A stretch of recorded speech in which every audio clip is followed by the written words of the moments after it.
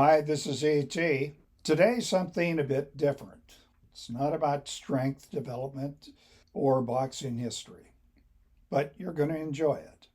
This is Mo Berg, described as the brainiest guy in baseball, described by Casey Stengel as the strangest man ever to play baseball.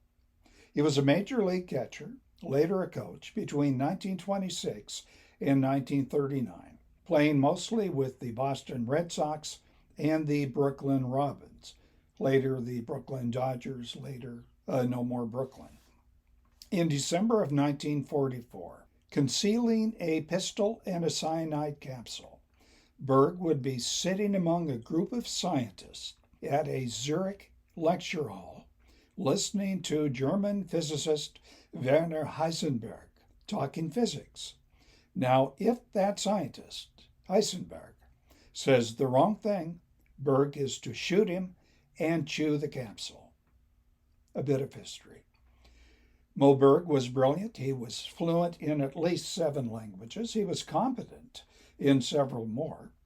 A graduate of Princeton, he earned a law degree from Columbia, and he was an athlete and a spy, a friend to athletes, intellectuals, actors, politicians, it was said maybe on a first name basis with President Roosevelt.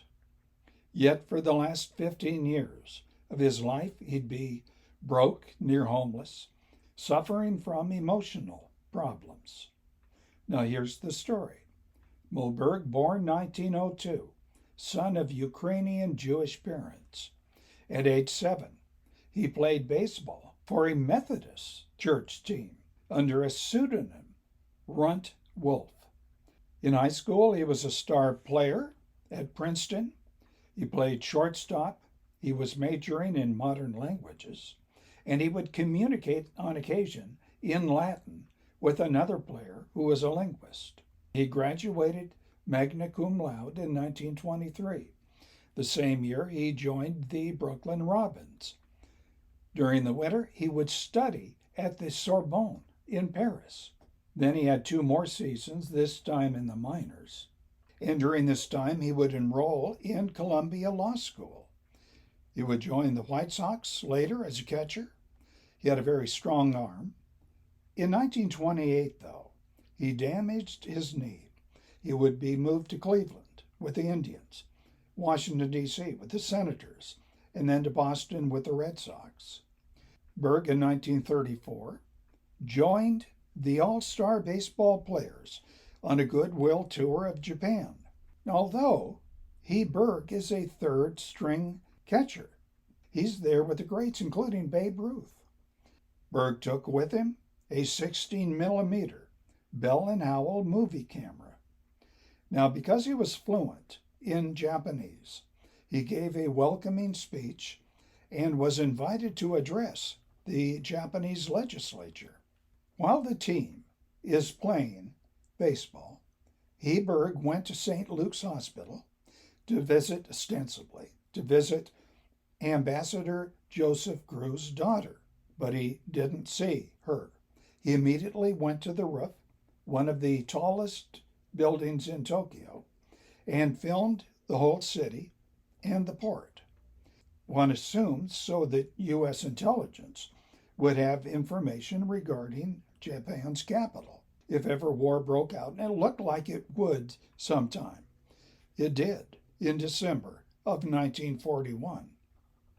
Now, although sources today know that, contrary to popular opinion, the first bombing raid likely used updated film and not Mo's film, but it could be that Mo's film had been useful prior to that.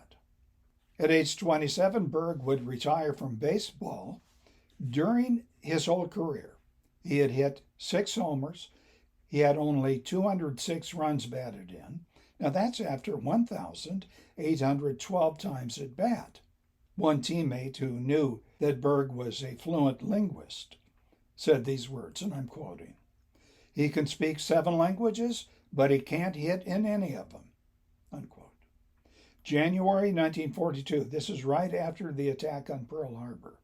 He's done with baseball. He joins the office of Inter-American Affairs. In 1943, he becomes an OSS officer. Now, the OSS, Office of Strategic Services, is the forerunner of the CIA, which developed after the war. In December of 1944, Berg is sent to Zurich, Switzerland, and there he's attending that lecture that I mentioned, the lecture by Werner Heisenberg, the German physicist who is thought to be working on Germany's atomic bomb. Now, if Berg hears that Germany is in fact working on a bomb, Berg is to shoot Heisenberg during the lecture if necessary, and then swallow the cyanide. As things turned out, Heisenberg gave no indication that he's working on any German bomb, not during the lecture, nor during later meetings that Moe had with Heisenberg. Now, on orders direct from President Roosevelt, Berg had been persuaded to bring an Italian physicist, Antonio Ferri, who was heading up a supersonic research program, to get him to relocate to the United States and join aircraft development here. And it happened. Berg brought Ferri back. When he heard about this, Franklin Roosevelt said, and I'm quoting, "I see that Moe Berg is still catching very well." After the war, Berg would tour Eastern Europe, gathering information about Soviet-controlled areas, including Czechoslovakia. While he's there, Berg is asked for credentials, which he does not have. But he did have a copy of a Texaco Oil Company letterhead. It had a big red star on it, you can see it here, and it worked. By the late 1940s, Berg is unemployed. He never married, and of course there is speculation, some say confirmed, about his sexual preferences. He would live with relatives, usually with his brother Sam. Berg would spend his final years with his sister Ethel. Berg would die May 29, 1972. He was 70. He had fallen at home. His nurse heard his final words. They were, quote, "How did the Mets do today?" Well, it turned out they won. Well, some other facts about Moe you may find interesting. He would read 10 newspapers a day. Each one he considered, using his word, live until he'd finished with it. Then it was, again his word, dead and available for anybody else to read. He had been a contestant on a famous radio quiz show, Information Please.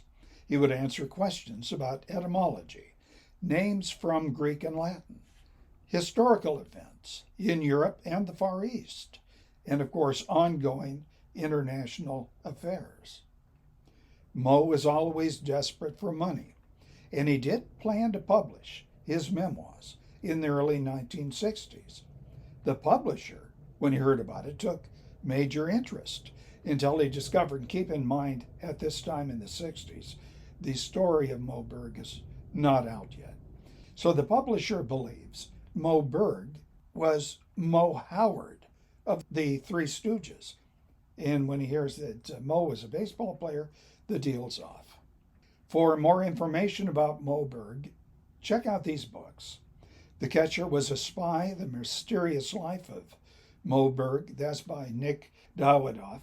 And then there's another book, Moe Berg, Athlete, Scholar, Spy. And I'm trying to remember, several people were involved. Barbara Fitzgerald, I remember, Tom Sewell. Check it out, Moe Berg, Athlete, Scholar, Spy. If you don't read, catch these films. The Catcher Was a Spy. That's based on Dawidoff's book.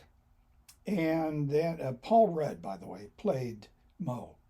There's a documentary film, The Spy Behind Home Plate. And that's pretty much the story. If you liked it, give it a thumbs up. Put your comments below. You see the bell icon, tap that. You'll be notified of new uploads. And do share these videos on social media. Thank you.